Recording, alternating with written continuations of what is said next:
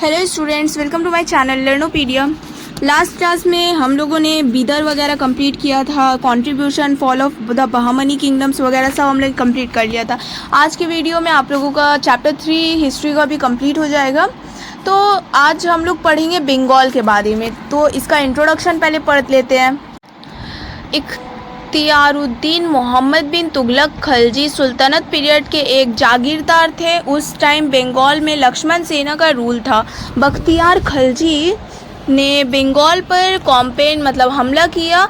लक्ष्मण सेना उसके अटैक को प्रॉपरली रेसिस्ट नहीं कर पाए और ईस्ट बंगाल की तरफ चले गए। इस इवेंट का मेंशन हिस्टोरियन मिनहाजुस सीरज की बुक तबकती नसीरी में मिलता है। 1206 तक बख्तियार खलजी ने बरेंद्र भूमि के पूरे एरिया पर अपना कंट्रोल इस्टेब्लिश कर लिया था, लेकिन 1206 में बख्तियार खिलजी की डेथ हो गई और उसके बाद मर्दन खिलजी पावर में आए। 1210 में मर्दन खिलजी ने गियासुद्दीन को डिफीट किया और अलाउद्दीन टाइटल लेकर खुद को नॉर्थ बंगाल का सुल्तान डिक्लेयर कर दिया।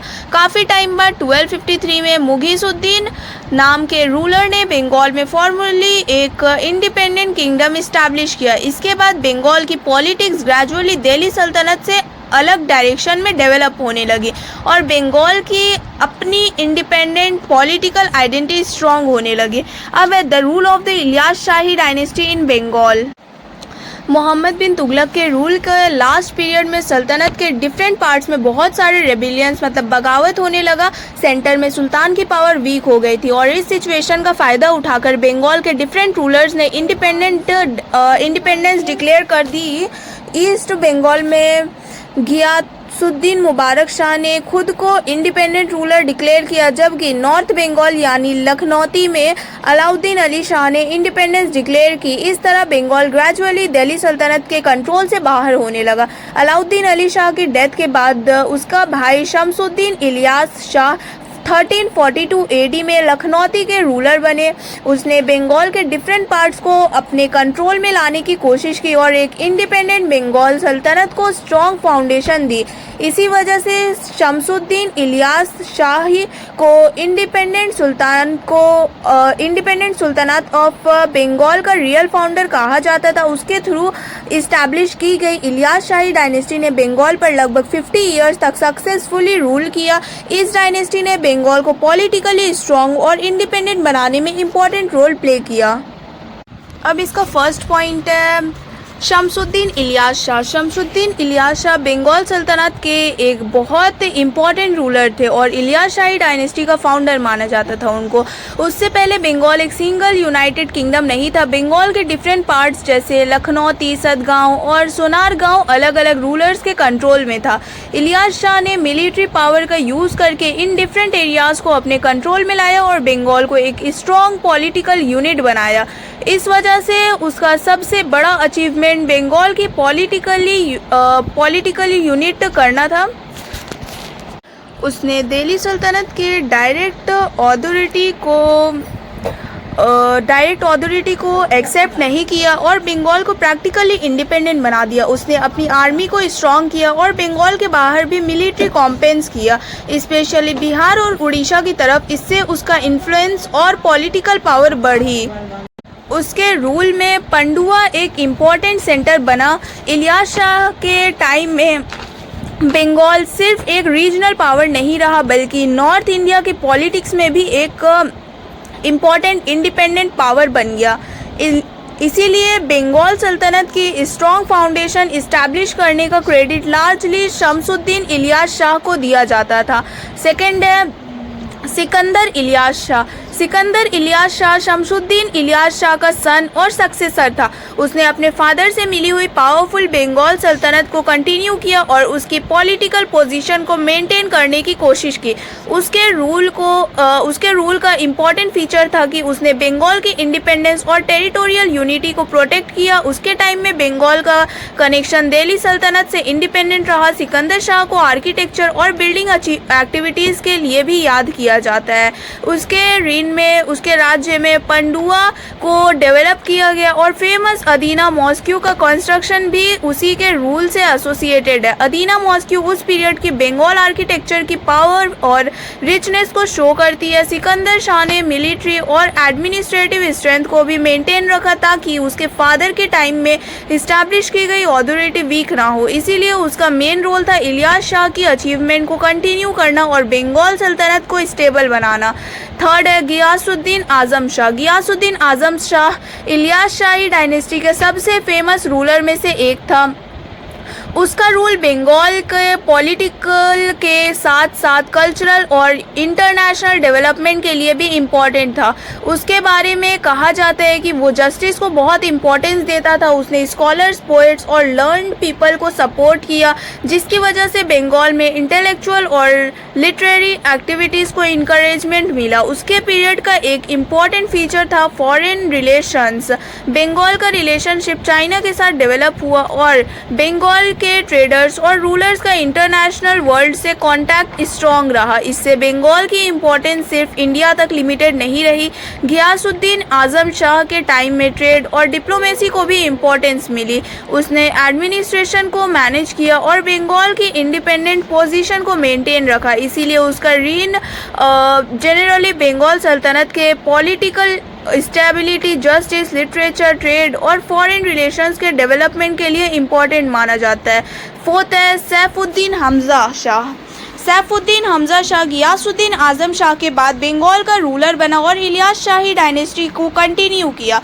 उसके राज्य कंपेरेटिवली शॉर्ट था, ठीक है, इसीलिए उसका नाम से गियासुद्दीन आजम शाह जैसे मेजर अचीवमेंट एसोसिएटेड नहीं है। फिर भी उसके पीरियड इंपॉर्टेंट है क्योंकि गियासुद्दीन के बाद डायनेस्टी को अपनी पॉलिटिकल अथॉरिटी मेंटेन करनी थी। बंगाल जैसे लार्ज टेरिटरी को कंट्रोल करना इजी नहीं था क्योंकि डिफरेंट लोकल पावर और नॉबल्स का इन्फ्लुएंस भी था। सैफुद्दीन हमजा शाह ने सल्तनत की अथॉरिटी को कंटिन्यू रखा, लेकिन उसके बाद सक्सेशन के इश्यूज और पॉलिटिकल कंपटीशन ग्रेजुअली इम्पोर्टेंट होने लगे। इसीलिए उसका राज्य इलियास शाही डायनेस्टी के स्टेबल पीरियड से पॉलिटिकल चेंजेस की तरफ ट्रांजिशन को समझने में इम्पोर्टेंट है। फिफ्थ है शिहाबुद्दीन बयाजिद शाह। शिहाबुद्दीन बयाजिद शाह भी इलियास शाही डायनेस्टी का रूलर था। उसके पीरियड में बंगाल सल्तनत की इंडिपेंडेंट पॉलिटिकल सिस्टम को कंटिन्यू रखा गया, लेकिन इस टाइम तक डायनेस्टी के अंदर सक्सेशन और पॉलिटिकल पावर को लेकर प्रॉब्लम्स ग्रेजुअली इंक्रीज हो रही थी। सुल्तान को सिर्फ अपनी पर्सनल पावर मेंटेन नहीं करनी थी, बल्कि नोबल्स, मिलिट्री ग्रुप्स और डिफरेंट रीजनल इंटरेस्ट को भी मैनेज करना पड़ता था। बयाजिद शाह ने अपने रूल के थ्रू सुल्तानत की अथॉरिटी को कंटिन्यू किया, लेकिन ओवरऑल पॉलिटिकल सिचुएशन पहले के पावरफुल रूलर्स के कंपैरिजन में ज़्यादा कॉम्प्लिकेटेड हो चुकी थी। उसके पीरियड ये समझने के लिए इम्पॉर्टेंट है कि बंगाल सल्तनत में एक स्ट्रॉन्ग डायनेस्टी के बाद इंटरनल पॉलिटिकल कंपटीशन कैसे ग्रेजुअली बढ़ने लगे। सिक्स्थ पॉइंट है अलाउद्दीन फिरोज शाह। इलियास शाही डायनेस्टी के लेटर रूलर्स में से एक थे। उसके टाइम तक डायनेस्टी को पॉलिटिकल डिफ़िकल्टीज़ का सामना करना पड़ रहा था। सक्सेशन डिस्प्यूट्स, नोबल के इंक्रीजिंग पावर और इंटरनल पॉलिटिकल कंपटीशन की वजह से सेंट्रल अथॉरिटी वीक होने लगी थी। सुल्तान के लिए बंगाल के लार्ज टेरिटरी पर कंप्लीट कंट्रोल मेंटेन करना डिफ़िकल्ट होता जा रहा था। अलाउद्दीन फिरोज शाह का जो रीन भी रिलेटिवली शॉर्ट रहा और उसके बाद बंगाल की पॉलिटिक्स में मेजर चेंजेस आए। इस पीरियड के बाद इलियास शाही डायनेस्टी का इन्फ्लुएंस टेम्पोररीली वीक हुआ और बंगाल में न्यू पॉलिटिकल फोर्सेस इमर्ज हुई। इसीलिए अलाउद्दीन फिरोज शाह को इलियास शाही रूल के लेटर फेज को समझने के लिए इम्पॉर्टेंट माना जाता है। ये फेज बंगाल सल्तनत के पॉलिटिकल इंस्टेबिलिटी और पावर चेंजेस को शो करता है। अब नेक्स्ट है the rule of king Ganesha and his descendants. King Ganesha का रियल नाम जो है वो दिनराज रॉय बहादुरी है। ये बंगाल में रूल किया था 1415 से 1480 तक। ये ओनली हिंदू रूलर था इसका 500 ईयर्स में। अब इसका एक्टिविटीज़ के बारे में पढ़ते हैं। राजा गणेशा बंगाल का मेडिवल हिस्ट्री का एक बहुत पावरफुल हिंदू नॉवल था जो इलियास शाही डायनेस्टी के वीक होने के टाइम पावरफुल बना। बंगाल में उस वक्त सेंट्रल गवर्नमेंट वीक थी और पावरफुल नोबल्स अपनी इन्फ्लुएंस बढ़ा रहा था। राजा गणेशा ने इसी सिचुएशन का एडवांटेज उठाया और ग्रेजुअली बंगाल की पॉलिटिकल पावर पर कंट्रोल इस्टेब्लिश कर लिया। उसका मेन एम बंगाल के एडमिनिस्ट्रेशन और पॉलिटिकल अफेयर्स पर अपनी अथॉरिटी स्ट्रॉन्ग करना था। उसके राइज से बंगाल में इलियास शाही रूलर्स की पावर टेम्पोररीली ख़त्म हो गई। राजा गणेशा का रूल स्पेशली रिलीजियस और पॉलिटिकल सिचुएशन की वजह से इम्पोर्टेंट था। बंगाल में मुस्लिम नोबल्स और रिलीजियस लीडर्स का स्ट्रॉन्ग इन्फ्लुएंस था। फेमस सूफी सेंट नूर कुतुबुल आलम ने राजा गणेशा के रूल का ऑपोजिशन किया और मुस्लिम पॉलिटिकल पावर को रीस्टोर करने की डिमांड की। राजा गणेशा के लिए ये एक सीरियस पॉलिटिकल प्रॉब्लम थी क्योंकि उससे बंगाल की पावर भी मेंटेन करनी थी और ऑपोजिशन को भी कंट्रोल करना था।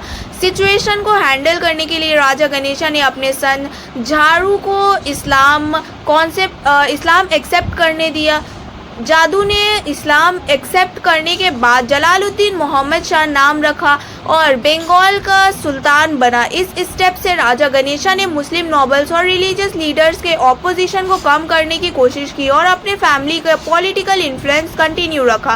राजा गणेशा के रूल का एक इम्पॉर्टेंट फीचर ये था कि उसने बंगाल की पॉलिटिकल इंडिपेंडेंस और एडमिनिस्ट्रेशन पर कंट्रोल बनाए रखा। उसका पीरियड बहुत लॉन्ग नहीं था लेकिन उसने बंगाल की पॉलिटिक्स को स्ट्रांगली इन्फ्लुएंस किया। उसके बाद उसके सन जलालुद्दीन मोहम्मद शाह ने सुल्तान के रूप में रूल किया। इसीलिए राजा गणेशा का सबसे इम्पॉर्टेंट कंट्रीब्यूशन ये था कि उसने वीक इलियास शाही रूल के बीच अपनी पॉलिटिकल अथॉरिटी इस्टेब्लिश की और अपने सन के थ्रू अपने पॉलिटिकल इन्फ्लुएंस को कंटिन्यू करने का अरेंजमेंट किया। अब next Ilyas Shahi dynasty. Ilyas Shahi dynasty Bengal की एक इम्पॉर्टेंट मुस्लिम रूलिंग डायनेस्टी थी। इसकी फाउंडेशन शमसुद्दीन इलियास शाह ने 14th सेंचुरी में रखी थी।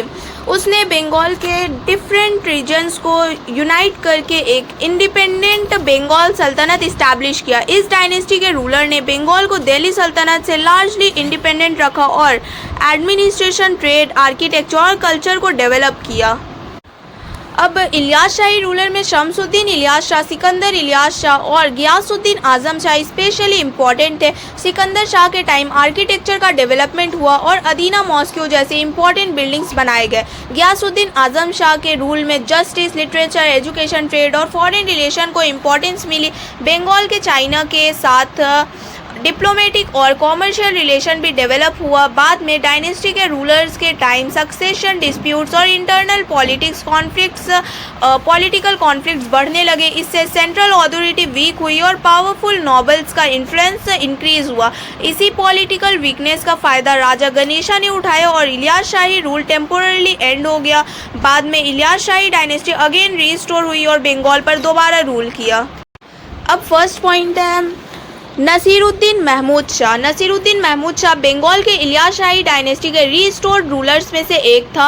राजा गणेशा और उसके डिसेंडेंट्स के पीरियड के बाद बंगाल में इलियास शाही फैमिली की पावर दोबारा रीस्टोर हुई और नसीरुद्दीन महमूद शाह ने बंगाल की पॉलिटिकल अथॉरिटी को मजबूत बनाने की कोशिश की। उसके टाइम में एडमिनिस्ट्रेशन को स्टेबल करना और बंगाल के डिफरेंट एरियाज़ पर सुल्तान की अथॉरिटी मेंटेन करना इम्पॉर्टेंट था।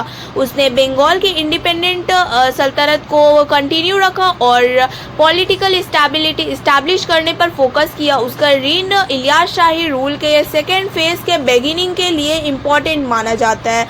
नेक्स्ट है रुकनुद्दीन बरबक शाह। रुकनुद्दीन बरबक शाह बंगाल का एक पावरफुल सुल्तान था और इलियास शाही डायनेस्टी का इम्पॉर्टेंट रूलर माना जाता है। उसके रीन में बंगाल की मिलिट्री पावर और एडमिनिस्ट्रेशन को मजबूत किया गया। उसने अपनी आर्मी को ऑर्गेनाइज किया और सुल्तान के कंट्रोल को एक्सपैंड करने की कोशिश की। बरबक शाह के टाइम में ट्रेड, एग्रीकल्चर और इकोनॉमिक एक्टिविटीज़ को भी इम्पोर्टेंस मिली। वो स्कॉलर्स और लर्न पीपल को सपोर्ट करता था जिसकी वजह से बंगाल में लिटरेचर और कल्चर को इंकरेजमेंट मिला।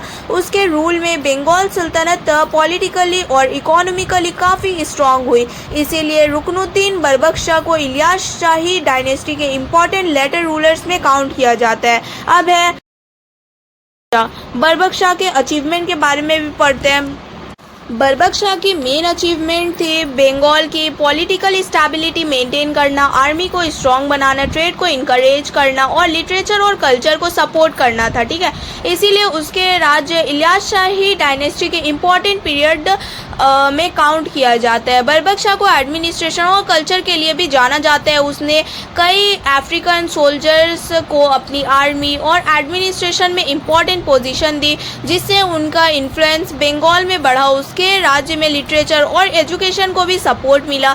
स्कॉलर्स और पोएट्स को पैट्रोनेज दिया गया, जिसकी वजह से बंगाल में कल्चरल एक्टिविटीज़ को इनकरेजमेंट मिला। अब थर्ड रूलर है शमसुद्दीन यूसुफ शाह। अब रुकनुद्दीन बरबक शाह की डेथ के बाद उसके सन शमसुद्दीन यूसुफ शाह बंगाल के थ्रोन पर बैठे। ठीक है, राजगद्दी पर बैठे। उसने अपने फादर के बाद बंगाल सल्तनत का रूल संभाला। उसके राज्य में ये घोर की फेमस लोहन मॉस्क्यू बनाई गई, जो उस पीरियड के आर्किटेक्चर का इम्पोर्टेंट एग्जाम्पल है। इससे पता चलता है कि उसके टाइम में इस्लामिक आर्किटेक्चर और रिलीजियस बिल्डिंग से डेवलपमेंट को इम्पोर्टेंस दी जा रही है। शमसुद्दीन यूसुफ शाह के राज ज़्यादा लॉन्ग नहीं था, ठीक है, उसका जो रीन है वो ज़्यादा लॉन्ग नहीं था, लेकिन उसका नाम स्पेशली लोहन मॉस्क्यू के कंस्ट्रक्शन की वजह से बंगाल की हिस्ट्री में इम्पोर्टेंट है। अब है जलालुद्दीन, जो इलियास शाही है, तो इलियास शाही का लेटर पीरियड में, ठीक है, अलाउद्दीन फतेह शाह बंगाल का एक इम्पॉर्टेंट रूलर था। उसने इलियास शाही डायनेस्टी का लेटर पीरियड में बंगाल पर रूल किया। उसके टाइम में बंगाल की पॉलिटिकल सिचुएशन ग्रेजुअली अनस्टेबल हो रही थी और पावरफुल नॉबल्स का इन्फ्लुएंस बढ़ रहा था। फतेह शाह ने सल्तनत की अथॉरिटी को मेंटेन करने और एडमिनिस्ट्रेशन को कंट्रोल में रखने की कोशिश की। उसके रेन में हबशी नॉबल्स और सोल्जर्स का इन्फ्लुएंस भी बंगाल की पॉलिटिक्स में काफ़ी बढ़ गया था। बाद में ये पावरफुल हबशी ग्रुप बंगाल की पॉलिटिकल अफेयर्स में इतना इन्फ्लुएंशियल हो गया कि उन्होंने सुल्तान को रिमूव करके हबशी रूल इस्टेब्लिश कर दिया। इसके साथ बंगाल में इलियास शाही डायनेस्टी का पहला फेज ख़त्म हो गया। नेक्स्ट है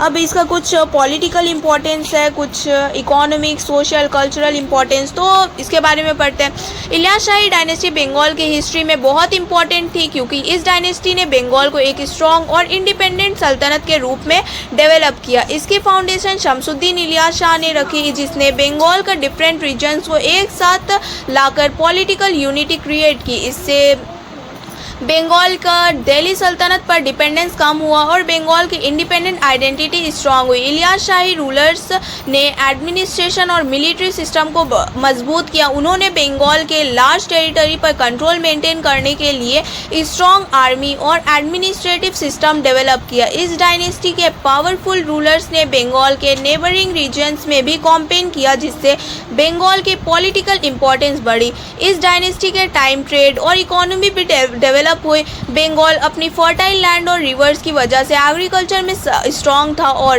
रिवर्स और पोर्ट्स के थ्रू इंटरनल और फॉरेन ट्रेड भी होता था। बंगाल के फॉरेन रिलेशन भी डेवलप हुए, स्पेशली चाइना के साथ डिप्लोमेटिक और कॉमर्शियल कॉन्टैक्ट्स इंपॉर्टेंट रहे। आर्किटेक्चर और कल्चर भी इलियास शाही पीरियड की मेजर अचीवमेंट थी।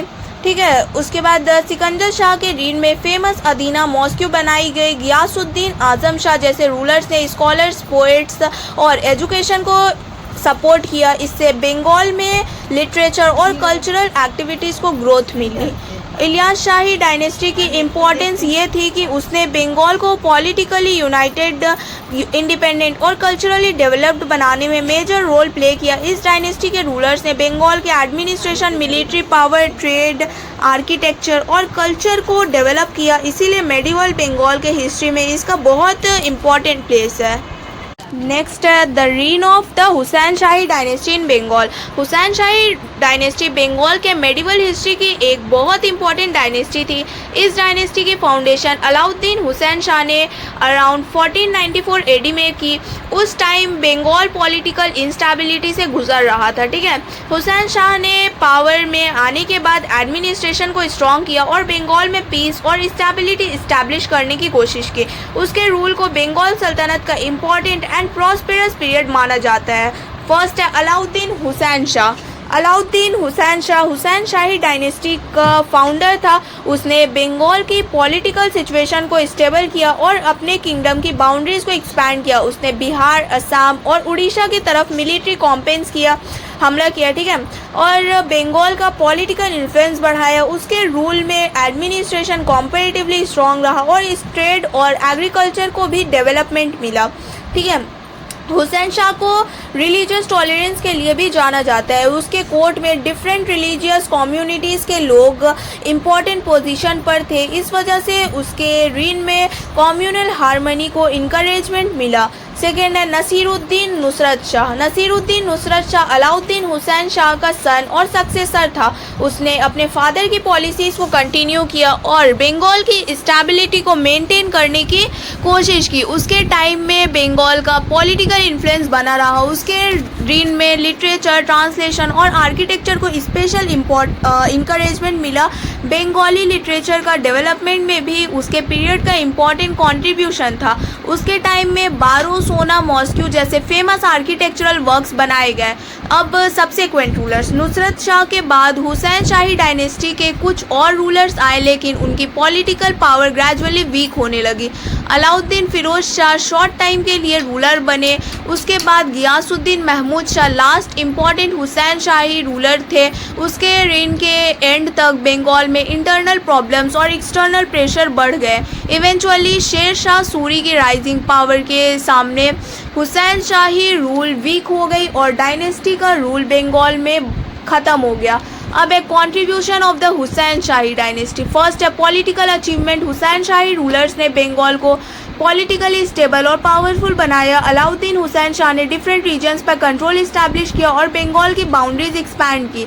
उसके टाइम बंगाल एक स्ट्रॉन्ग रीजनल पावर बना। उसने एडमिनिस्ट्रेशन को ऑर्गेनाइज किया और लॉ एंड ऑर्डर मेंटेन करने की कोशिश की। सेकेंड है सोशल अचीवमेंट। हुसैन शाही पीरियड में डिफरेंट कम्युनिटीज़ के लोग सोसाइटी और एडमिनिस्ट्रेशन में पार्टिसिपेट करते थे। हिंदूज और मुस्लिम दोनों को गवर्नमेंट और कल्चरल एक्टिविटीज़ में प्लेस मिला। इससे सोसाइटी में कोऑपरेशन बढ़ा। लोकल ट्रेडिशंस और बंगाली कल्चर को भी कंटिन्यू रहने दिया गया।